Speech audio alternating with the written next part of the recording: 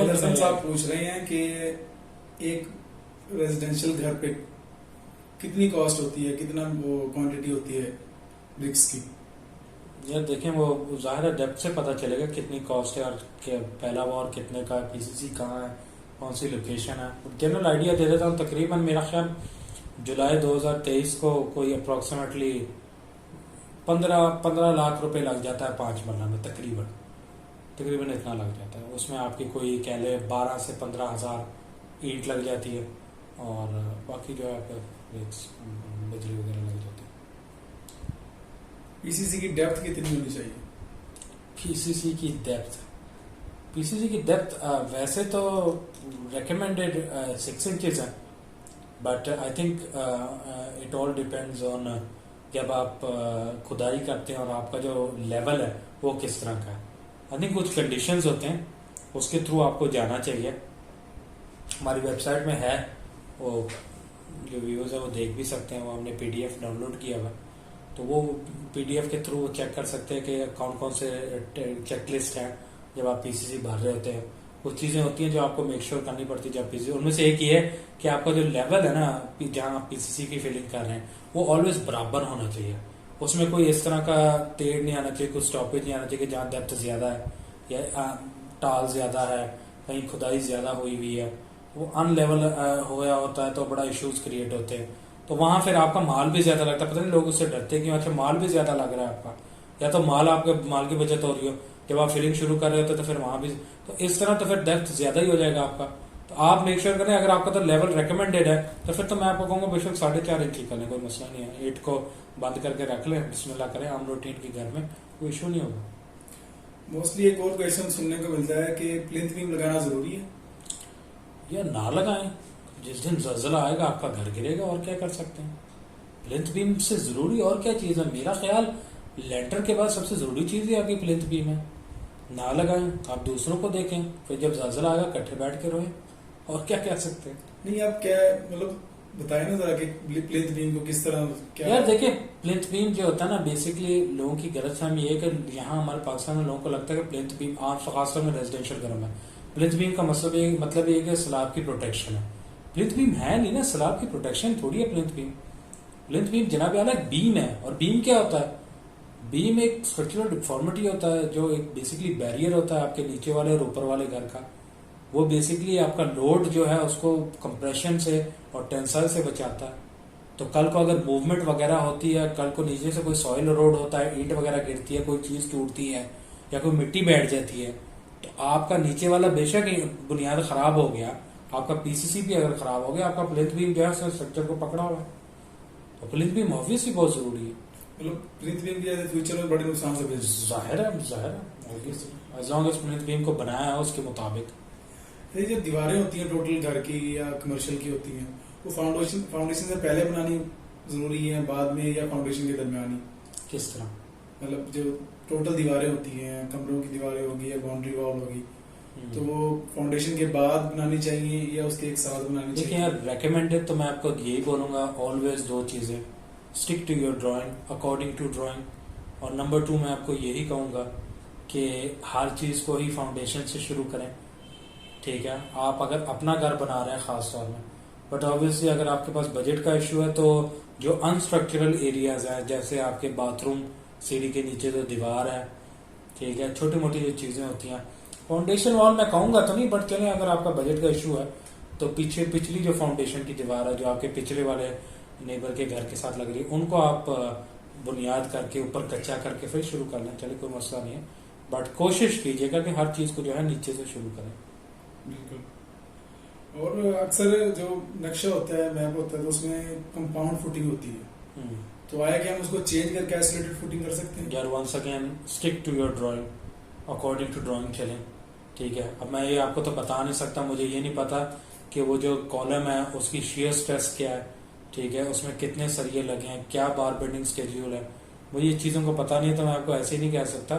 But I think thumb rule ये है कि जहाँ कंपाउंड फुटिंग डाला होता है ना, उसकी मेन वजह यही होती है कि वहाँ जो है सॉइल का कोई मसला है, या आपकी जो है फुटिंग जो है, आपका जो स्ट्रक्चर है उसको ज़्यादा लोड की ज़रूरत है, बर्दाश्त की ज़रूरत है। आई थिंक कंपाउंड बहुत ज़रूरी है। आइसोलेटेड एक डिफरेंट चीज़ है, इन इटसेल्फ उसके अपने एडवांटेजेस हैं, बट आई थिंक कंपाउंड या मैट जो है या राफ्ट फाउंडेशन है वो ऑलवेज बेहतर होता है, ऑलवेज बेहतर होता है।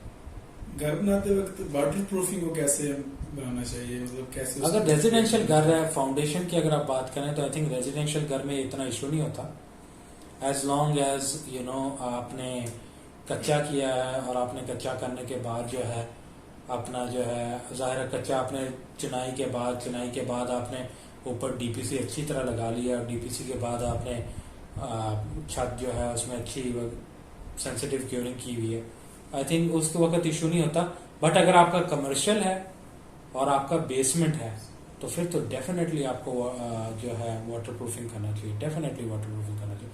वाटर प्रूफिंग देखिए 3 चीज़ें होती हैं, या आप केमिकल टेक्निक इस्तेमाल कर लें, या आप मेम्ब्रेन वाला तरीका इस्तेमाल कर लें, या आप लोक वाला तरीका इस्तेमाल कर लें।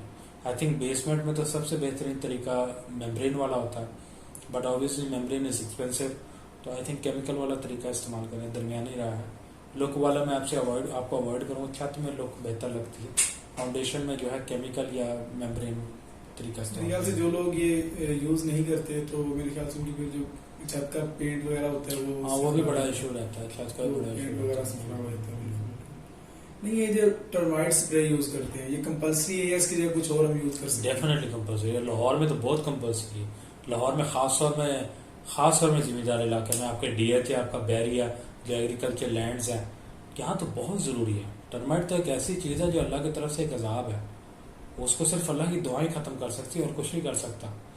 आप अगर एक कॉमन सिंपल भी अनकॉन्ट्रैक्टेड ठेकेदार के पास जाएंगे ना जो टर्माइट के मसले हल करता है, वो भी आपसे 70-80 हज़ार रुपये लेता है, और फिर नहुसत इतनी होती है, और फिर जो सबसे महंगी चीज़ होती है आपके कमरे की लकड़, उसको खाता है जाके, सीधा उसको जाके अटैक करता है, या आपके अलमारी में जो वेस्ट कोट पड़े, तो ये तो बड़ी खतरनाक चीज़ है। तो आप बुनियाद से नहीं शुरू करेंगे हम। टर्माइट की जो क्वीन होती है ना वो ऑलवेज बुनियाद में होती है, तो ऑलवेज मैं शुरू कर, बल्कि मैं तो आपको ये मशवरा दूंगा कि जब आप टर्माइट की स्प्रे करते हैं, जब आप टर्माइट की फाउंडेशन तैयार करते हैं, तो डीपीसी से पहले एक पाइप, हरे पाइप हो, बिजली का पाइप हो, जो भी हो, एक पाइप थ्रू आउट घर में घुमाएं और उस पाइप के अंदर मेक श्योर करें कि उस पाइप का एक ही काम हो, दीवानों के बाहर निकला हो, सुराख बन के पॉइंट भर के निकला हो, ताकि कल को आपने टर्माइट की स्प्रे करनी हो तो आप उसी पाइप के अंदर फेंक दें, और उस पाइप के अंदर छोटे छोटे सुराख बने हो नीचे की तरफ।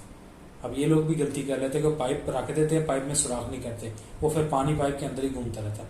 उस पाइप के अंदर छोटे छोटे सुराख होते हैं, कल को आपका घर तैयार हो गया तो आप फाउंडेशन में ड्रिल तो नहीं मार सकते, तो आप उसी पाइप के अंदर पानी फेंके, वो दवाई फेंके, और वो फाउंडेशन के अंदर आपकी मिट्टी के अंदर। देखिए टर्माइट को मारने का एक ही तरीका है, आप उसकी क्वीन को मारो, नहीं तो वो हर साल बाद आती रहेगी। और आमतौर पर 5 मरला घर ले लें, 10 मरला घर लें रेजिडेंशियल में, क्या क्वांटिटी होगी इसकी टर्माइट स्प्रे की? आई थिंक वो गैलनों में बोतल इस्तेमाल होती है, तो कोई तकरीबन मेरा ख्याल 5 से 6 हज़ार रुपये कॉस्ट है टर्माइट की स्प्रे का फाउंडेशन में। वो आप बेशक 5 मरले का घर करें, 10 मरले का घर करें तो 7-8 हज़ार रुपये खर्चा हो जाता है। लेकिन ये खर्चा के हर उसमें सारा कुछ उसका होता है, आपका कुछ भी नहीं होता, या तो आपका हो सब कुछ भी नहीं होता आपका। तो 2500-3000 रुपये की दवाई होती है, बाकी सारा पानी का मिक्सचर होता है, और उसके पास वो मशीन होती है, वो आके वो स्प्रे कर देता है। मतलब अगर पहले एहतियात कर ली जाए तो पहले एहतियात में मैं तो कहता हूँ यार हर स्टेज में करनी चाहिए। उसके बाद आप जब बेस स्ट्रक्चर आपका तैयार हो गया फिर कच्चे में करें, उसके बाद आपकी लकड़ों में भी सुराख कर करके स्प्रे डालें, ताकि आप इस मसले से बाद में आपके बीवी बच्चे वहाँ रहना शुरू हो जाएंगे, आपकी फैमिली वहाँ रहनी शुरू हो जाएगी, फिर आप बाद में सबको जब एक कमरे में परे करेंगे, खुदाई करेंगे, तो निरी नुकसान होती है। बाद में फिर रोज झंझट से और नुकसान अलग से, परेशानी अलग से। टोटल क्या मतलब अगर एक हर चीज की एहतियात कर ली जाए जैसे आपने बताया अभी, तो टोटल कॉस्ट क्या होती है? कॉस्ट में की तब्दीली होती है आम रूटीन की निस्बत, या अगर किस चीज की? टोटल रेजिडेंशियल घर हो या कमर्शियल हो, अगर हम एहतियात से उसका काम करते हैं, छोटी छोटी चीजों को जैसे टर्माइट स्प्रे होगी, छोटी छोटी चीजों का एहतियात करते हैं, तो उससे जो हमारी टोटल कॉस्ट होगी उसमें भी कमी पेशी होती है? डेफिनेटली होती है। इनिशियली बंदे को लगता नहीं है, बट डेफिनेटली फ्यूचर प्रोस्पेक्टिव में ऑलवेज होती है। तो मेरे ख्याल सबसे बड़ा हमारे लिए बेनिफिट ये है कि फ्यूचर में टेंशन नहीं होती। आपके मेंटेनेंस का खर्चा बढ़ जाता है, घट जाता है। मेंटेनेंस का एक बड़ा सिंपल उसूल है, आप शुरू में खर्चा ज्यादा करेंगे, मेंटेनेंस कम होगी, सिंपल उसूल है।